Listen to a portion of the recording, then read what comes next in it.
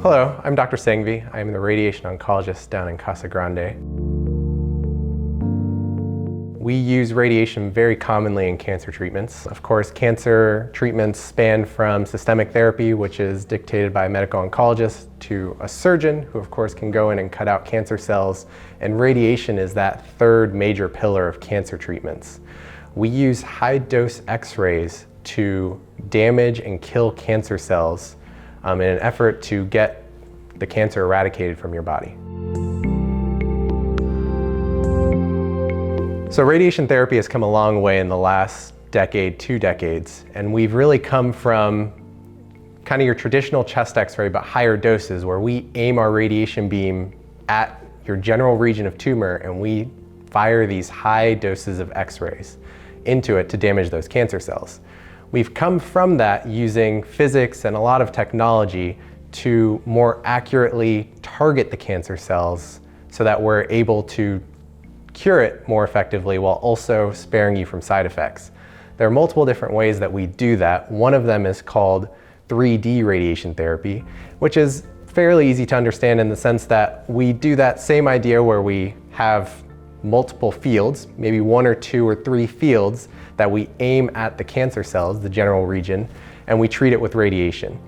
Another way is IMRT or VMAT, and they're both just fancy words to describe how we deliver the radiation.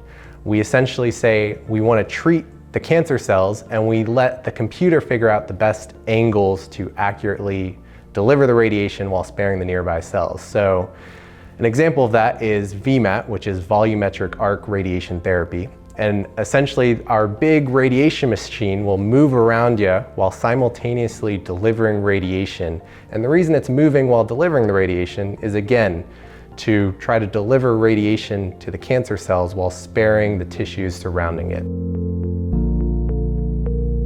So you hear about radiation in the news and it's almost always negative, but the radiation therapy we do is more of a targeted treatment. The radiation, when you're receiving it, is not painful. You come into our department, you lie on our radiation table, and this big machine moves around you while delivering the radiation. You do not see anything, feel anything, hear anything, and unfortunately when you leave our department, you don't glow in the dark either. You're not radioactive, you're not a harm to other people, but we have delivered that radiation.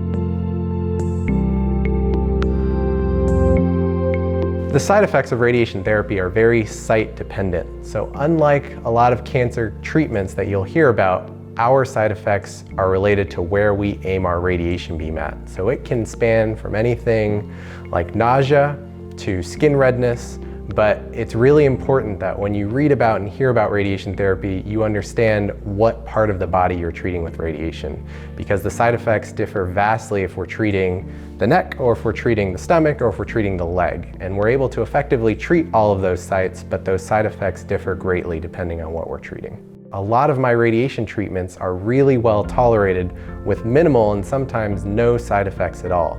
And so it's really important to understand what site of the body we're treating with radiation, and the best person to answer that question is your radiation oncologist.